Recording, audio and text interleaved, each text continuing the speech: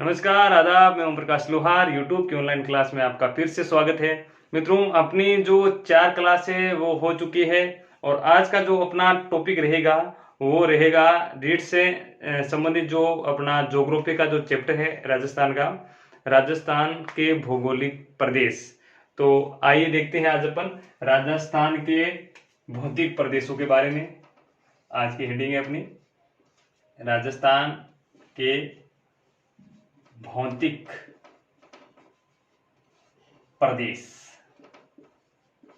तो मित्रों, जब अपन राजस्थान के भौतिक प्रदेशों के बारे में पढ़ेंगे तो राजस्थान के जो 4 बड़े भौतिक प्रदेश हैं उनके बारे में अपन विशेष जानकारी प्राप्त करेंगे। लेकिन ये चैप्टर बड़ा है तो आज के लिए तो हम शायद तक मरुस्थलीय जो क्षेत्र है, जो भौतिक प्रदेश है, उसके बारे में ही पढ़ पाएंगे।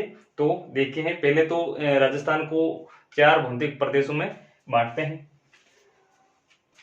ये जो राजस्थान का मैप है, यहां से लमसम यहां तक ये जो क्षेत्र है डेल्टा, ये जो इधर वाला जो क्षेत्र है ये पूरा क्या है, मरुस्थलीय प्रदेश। क्या है? मरुस्थलीय प्रदेश, जो कि पूरे राजस्थान का 2/3 बहुत बड़ा पार्ट है। और यहां से सिरोही के लमसम से यहां से ले लीजिए और ये फिर आगे जाते जाते संकरी होती जाएगी और इस प्रकार से ये ऐसे ये है अरावली का भाग। ये क्या है मित्रों? अरावली का भाग, जो कि पार्ट दूसरा है भौतिक प्रदेशों का। और इसके साथ में अगला जो है वो यहां से लीजिए आप चित्तौड़ के लमसम से, और इसको इधर से लेते हुए ये कोटा बूंदी, ये भरतपुर, धौलपुर तक, ये सारा का सारा है, ये है पूर्वी मैदानी भाग। ये क्या है मित्रों? पूर्व मैदानी भाग। और चौथा जो भौतिक प्रदेश है वो है अपना दक्षिण पूर्वी पठारी भाग, जो कि सबसे छोटा पार्ट है। तो इस प्रकार से हम राजस्थान को 4 भौतिक प्रदेशों में बांट लेते हैं। एक छोटी सी विशिष्ट जो जानकारी है वो इस मैप पे ही अपन कर लेते हैं। मरुस्थलीय जो प्रदेश है वो संपूर्ण राजस्थान का जो क्षेत्रफल है उस क्षेत्रफल का 61.11% है। कितना है? 61.11% है। और यहाँ पर जनता जो है वो लमसम राज्य की, संपूर्ण राज्य की 40% जो जनसंख्या है वो यहाँ पे निवास करती है। अरावली क्षेत्र को देखें तो अरावली का जो भाग है ये संपूर्ण राजस्थान का लमसम 9% है, या ऐसे कह सकते हैं संपूर्ण राजस्थान के भूभाग पर 9% जो भूभाग है उस पर अरावली अवस्थित है। और यहाँ पर राज्य की 10% जनता निवास करती है। इसके बाद में पूर्वी मैदानी भाग, इसमें राज्य की लमसम 39% जनसंख्या निवास करती है, बल्कि संपूर्ण राजस्थान के कुल क्षेत्रफल का लमसम 23%। कितना है मित्रों? 23% क्षेत्रफल है इसका। और अंत का जो ये पार्ट है इसमें लमसम 11%, राज्य की 11% जनता निवास करती है। और इसका जो क्षेत्रफल वो है 6.89%। तो इस प्रकार से अपन जनसंख्या और क्षेत्र के बारे में जानकारी ले चुके हैं। इसके बाद में आज का जो अपना मुख्य टॉपिक रहेगा वो रहेगा मरुस्थलीय प्रदेश या मरुस्थलीय भौतिक प्रदेश। मरुस्थलीय प्रदेश। अब मित्रों, आज हम इसको लेके चलेंगे, ये किसका पार्ट है और इसके अलग अलग जो भाग हैं वो किस प्रकार से बने हुए हैं। तो मरुस्थल को देखते हैं। आज का जो अपना टॉपिक है वो ये क्षेत्र रहेगा। तो सबसे पहले देखते हैं राजस्थान के उत्तर पश्चिमी मरुस्थल को थार का मरुस्थल कहते हैं। क्या बोलते हैं मित्रों? थार का मरुस्थल कहते हैं। नंबर 1। नंबर 2, ये मरुस्थल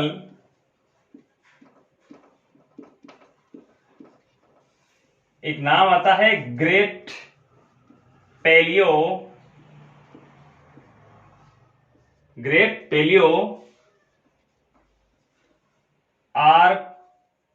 आर्कटिक। ये अफ्रीका का है, या अफ्रीका का ये एक पार्ट है, भाग है। लमसम संपूर्ण राजस्थान का 2/3 क्षेत्रफल, कितना मित्रों? 2/3 क्षेत्रफल पर मरुस्थल अवस्थित है। ये इसकी जो सामान्य जानकारियां हैं ये आपको ध्यान में रखनी है। इसके बाद में अपन देखते हैं ये जो मरुस्थलीय भूभाग है, यहां पर सिंचाई का स्रोत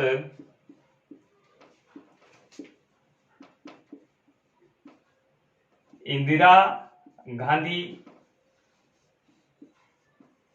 नहर है।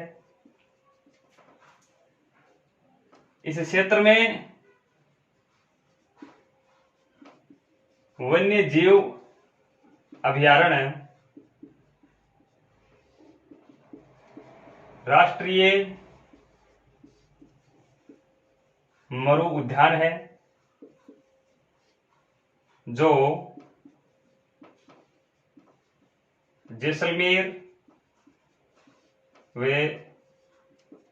बाड़मेर में फैला है। तो इस प्रकार की आप जानकारी रखेंगे मित्रों।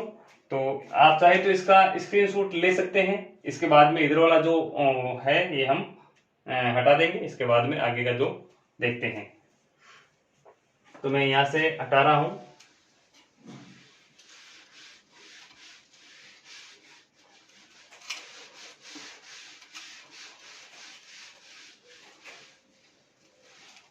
यहां की वनस्पति देखते हैं।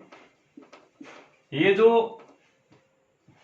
मरुस्थलीय प्रदेश है, यहाँ पर वनस्पति के कुछ नाम हैं जो पौधों के या पेड़ों के नाम है, वो आपको ध्यान में रखने हैं। जैसे इस मरुस्थलीय क्षेत्र में बेर, खेर की लकड़ी बहुत मजबूत होती है, आप जानते होंगे, और खेजड़ी, बबुल, और एक नाम आता है फोग। ये फोग वो स्प्रे नहीं है, ये फोग एक प्रकार का पौधा है जो उत्तरी पश्चिमी जो मरुस्थलीय क्षेत्र है, जो भाग है, इसमें खूब सा पहले भी पाया जाता था। आजकल तो ये कम हो गए हैं। फोग का फटका बनता था पहले। फोग के ऊपर छोटे छोटे से सफेद फूल होते हैं, जिसका रायता भी बनाया जाता है, जो खाने में बहुत ही इंटरेस्टिंग है। और वनस्पति के अलावा जब यहाँ की मुख्य फसलों की बात की जाए तो मोठ है, बाजरा है, जवार है। इस प्रकार की जो फसलें हैं ये मुख्यतः यहाँ की फसलें हैं। एक बात की ध्यान रखना, यहाँ पर एक सर्प पाया जाता है, बहुत ही जहरीला सर्प है, जिसे पीवड़ा कहते हैं। क्या कहते हैं? पीवड़ा। यहाँ का विषैला सर्प कहते हैं कि ये जो पीवड़ा है ये व्यक्ति की सांसें हैं वो पी जाता है, खाने की आवश्यकता नहीं है, उसकी सांसें हैं वो पी जाता है, उसके बाद में व्यक्ति की मृत्यु हो जाती है। तो पीवड़ा आप खास तौर से ध्यान रखेंगे। इसके बाद में इस मरुस्थलीय प्रदेश का जो तापमान है, तो वो है तापमान थोड़ा सा यहाँ ध्यान रखना, तापमान में और जो वार्षिक औसत तापांतर है उनमें फर्क है थोड़ा सा। तापमान यहाँ का गर्मियों में 49 डिग्री सेल्सियस और सर्दियों में -3 डिग्री सेल्सियस। इसका कारण क्या है? जब गर्मी पड़ती है ना तो यहाँ की जो बालू मिट्टी है, रेत है, वो क्या है, अत्यधिक गर्म हो जाती है, तो जो तापमान है वो हाई टेम्परेचर हो जाता है। और सर्दियों में अत्यधिक ठंड पड़ने के कारण मिट्टी है वो क्या हो जाती है, ठंडी हो जाती है और काफी दिनों तक गर्म भी नहीं होती है। तो यहाँ का जो पारा है या जो सेल्सियस है वो घट जाता है और -3 तक ये चला जाता है। तो आप इस प्रकार का भी ध्यान रखेंगे। यहाँ पर घनत्व क्या है? देखो, घनत्व की अगर बात की जाए तो ये जो थार का मरुस्थल है ये सर्वाधिक आबादी वाला क्षेत्र है। यहाँ पर सर्वाधिक जैव विविधता पाई जाती है। तो सर्वाधिक घनत्व पर लमसम यहाँ 100 व्यक्ति प्रति वर्ग किलोमीटर पर निवास करता है। तो यहाँ का जो घनत्व है वो 100 माना गया है। कई किताबें 103 भी बता रही है, तो अपन इसका जो आंकड़ा है वो 100 का लेके चलेंगे। इसी के साथ में आगे देखते हैं, तापमान है, घनत्व है, और अब क्या करते हैं हम, ये जो मरुस्थलीय प्रदेश है इसको अपन संरचना के आधार पर 3 भागों में बांटेंगे। इसको अपन क्या करेंगे, संरचना के आधार पर। देखो, क्वेश्चन पूछा जा सकता है संरचना के आधार पर या जलवायु के आधार पर मरुस्थल को कितने भागों में बांटा गया है। तो इसको अपन देखते हैं। आप चाहे तो इसका स्क्रीनशॉट ले सकते हैं और मैं हटा रहा हूं इसको।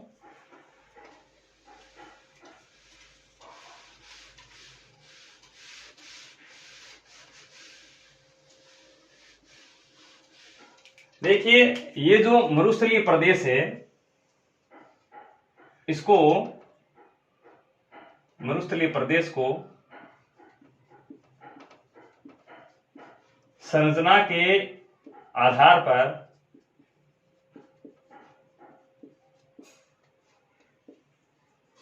3 भागों में बांटा गया है। कितने में बांटा गया मित्रों? 3 भागों में। तो संरचना के आधार पर जो 3 पार्ट है उसको आपको ध्यान में रखना है। नंबर 1, महान मरुस्थल। कौन सा है? महान मरुस्थल। ये जो महान मरुस्थल है यहाँ पर सिर्फ बालू मिट्टी मिट्टी है, न पानी है, न चट्टाने हैं, न पथरीला कुछ है, सिर्फ और सिर्फ रेत ही रेत है, बालू मिट्टी ही मिट्टी है। इस प्रकार के जो मरुस्थलीय क्षेत्र है महान मरुस्थल को, इसको ईर्ग कहा जाता है। ये ध्यान देने वाली बात है, उसको क्या कहते हैं? उसको ईर्ग कहा जाता है। दूसरा जो है संरचना के आधार पर वो है पथरीला। कौन सा है? पथरीला। अब आप कहेंगे सर कि मरुस्थल में पत्थर तो ये क्या मान रहा है, तो आप थोड़ा सा ध्यान रखेंगे। पथरीला कुछ ऐसा भाग भी है और कुछ चट्टानी भाग भी है, जैसे कि सिवाना है, जालोर के आसपास का जो ग्रेनाइट क्षेत्र है ये मरुस्थलीय क्षेत्र भी है, लेकिन कुछ कुछ इसके ऐसे भाग हैं जो पथरीले हैं और कुछ ऐसे भाग हैं जो चट्टानी है। तो पथरीला जो है, पथरीला मरुस्थल, इसे हम कहेंगे रेग। क्या कहेंगे मित्रों?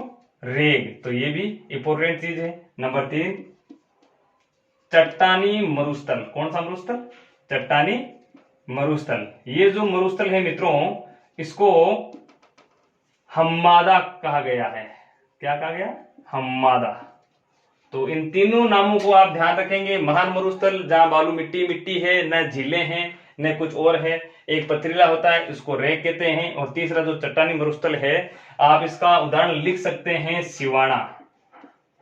सिवाना और बाड़मेर की जो 56 की पहाड़ियां हैं, 56 की पहाड़ियां, इसको चट्टानी मरुस्थल कहा गया। एक मित्रों में यहाँ पे चीज बता देना चाहता हूं जो आप स्पेशल नोट कर लीजिए। जैसे कि नोट में 56 की पहाड़ियां आप जानते हैं सिवाना बाड़मेर में है, इसे ही रिलेटेड नाम से एक नाम और आप ध्यान में रखेंगे, 56 का पर्वत, बहुत इंपॉर्टेंट है। 56 का पर्वत, ये 56 का पर्वत कहां है? और दूसरी तीसरी जो चीज है वो ये है 56 का मैदान। मित्रों, हम 56 का मैदान तो पढ़ लेते हैं बार बार, और हम ध्यान में भी रखते हैं कि 56 की जो पहाड़ियां वो बाड़मेर में हैं, और 56 का जो मैदान है वो कहां है? बांसवाड़ा,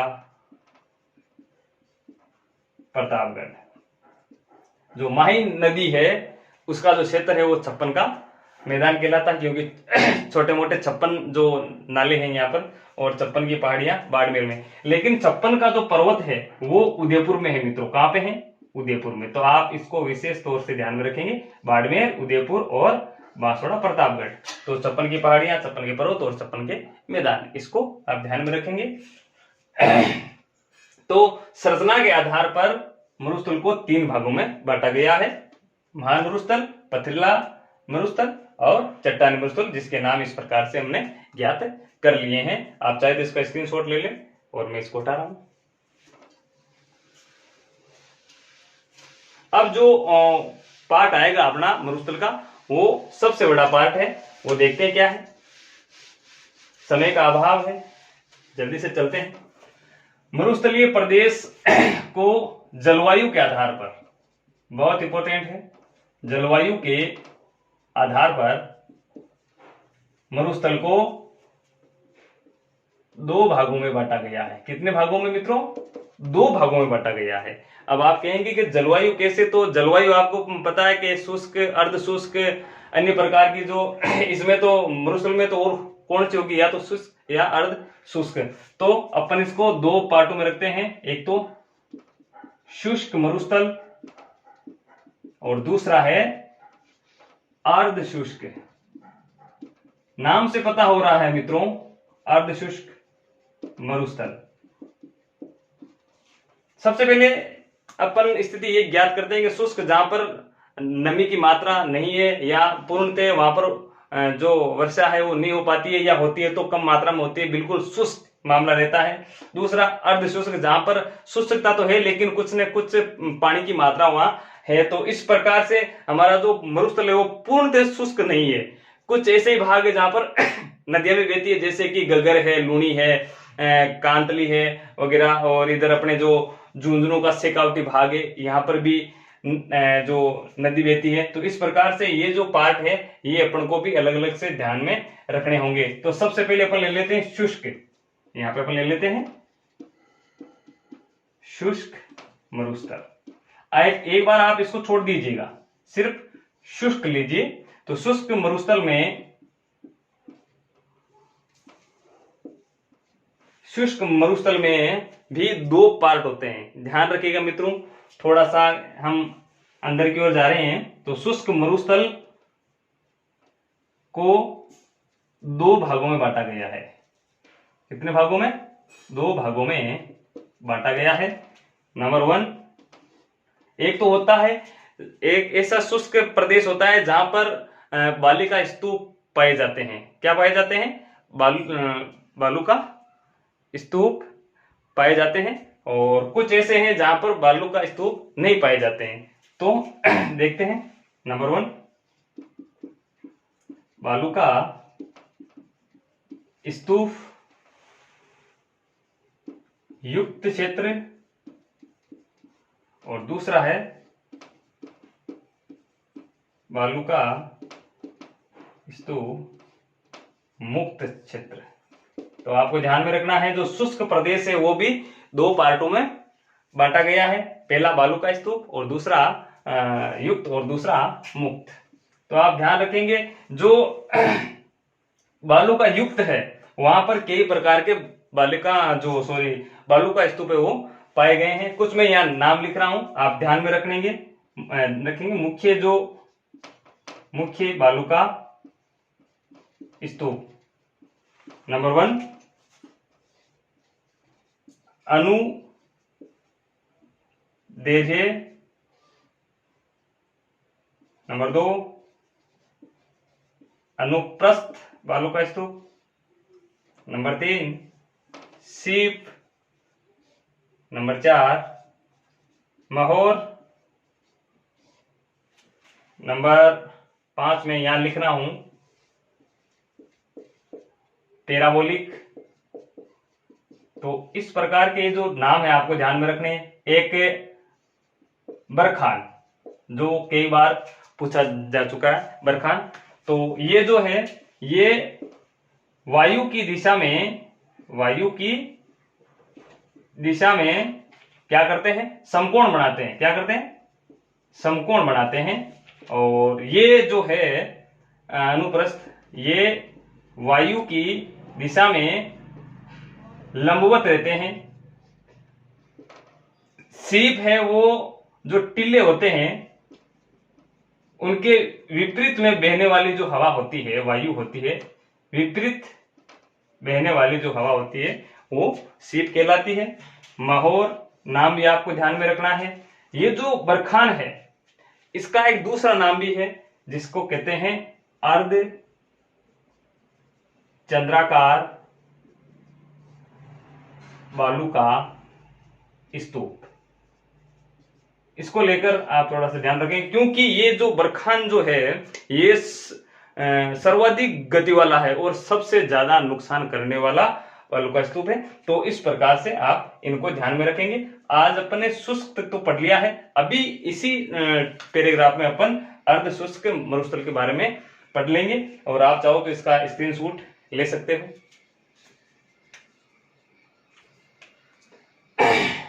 ठीक है मित्रों, जलवायु के आधार पर चल रहा है अपना। जलवायु में अपन ने शुष्क मरुस्थल है उसके बारे में अपन ने जानकारी प्राप्त की है। अब अपन देखेंगे जो अर्ध शुष्क है उसमें क्या है।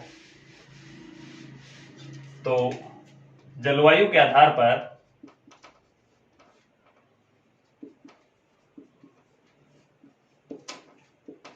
दो प्रकार के, पहला शुष्क जो कि हो चुका है, अब अपन लेंगे अर्ध शुष्क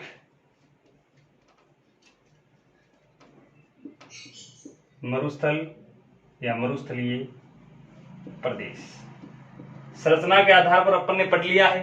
अब अपन पढ़ने जा रहे हैं जलवायु के आधार पर, जिसमें अपने शुष्क पढ़ लिया है। अब अर्ध शुष्क मरुस्थलीय प्रदेश पढ़ेंगे। इसमें क्या है, पानी की मात्रा होती है। शुष्क की तरह ये बिल्कुल ही सूखा नहीं है, इसमें कुछ कुछ मात्रा में जो जल है वो रहता है। नंबर 1, इसमें अर्ध शुष्क में 4 बेसिन बताए गए हैं जो इस प्रकार से हैं। नंबर 1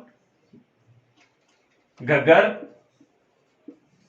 बेसिन, ध्यान रहे मित्रों, अर्ध शुष्क में आएंगे घग्गर बेसिन, शेखावटी जो कांतली का है, कांतली बेसिन। नंबर 3 नागौर उच्च भूमि।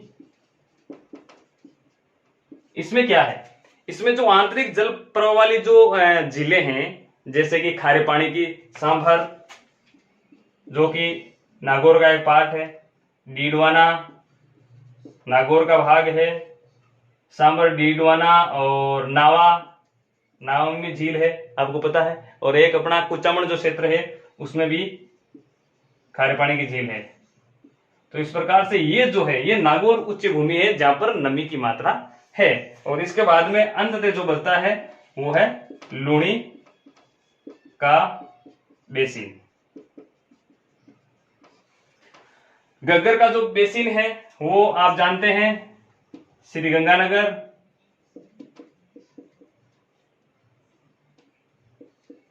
और हनुमानगढ़ में है।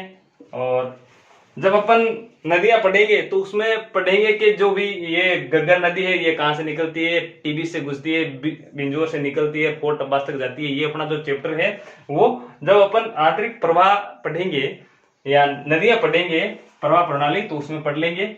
और इसका जो पार्ट है उसको, इसका जो क्षेत्र है उसको पार्ट या नाली के नाम से जाना जाता है। शेखावटी को तोरावाटी कहते हैं।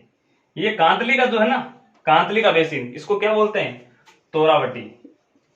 और शेखावटी को क्या बोलते हैं, बांगर का क्षेत्र या बांगर का बेसिन। ध्यान रखेंगे ये शब्द, ठीक है। पार्ट जो नाम है याद रखेंगे। तोरावाटी ये मुख्य फैक्ट है, इसको ध्यान में रखना ही है। बंगर का जो बेसिन है उसको ध्यान में रखेंगे। लूणी का जो बेसिन है उसको गोडवाड़ बोलते हैं। क्या बोलते हैं? गोडवाना, गोडवाना बेसिन। तो आप नदियों के संदर्भ में अपन जब नदियां पढ़ेंगे उस समय पढ़ लेंगे। फिलहाल आप गगर बेसिन, शेखावटी बेसिन, नागौर उच्च भूमि, जो नम भूमि है, सांबर, डीडवाना, नावा, कुचामन, यहाँ इस प्रकार की झीलें पाई गई हैं। और लूणी का जो बेसिन है वो गोडवाड़ा क्षेत्र के रूप में जाना जाता है, जो कि ये सारे के सारे मरुस्थलीय क्षेत्र में बहने वाली नदियां हैं। और ये कहीं न कहीं जो मरुस्थलीय है उसको अर्ध शुष्क बनाने का कार्य करती है। तो इस प्रकार से आज से जो अपना टॉपिक है वो लमसम समाप्ति की ओर है। कल अपन जो अरावली प्रदेश है उसको लेकर काफी चर्चा करेंगे। तब तक के लिए आप अपना ध्यान रखें, सुरक्षित रहें, सेफ रहें, घर में रहें और कला से रोज लें। इसके बाद मैं आपसे विदा लेता हूं। जय हिंद, जय भारत।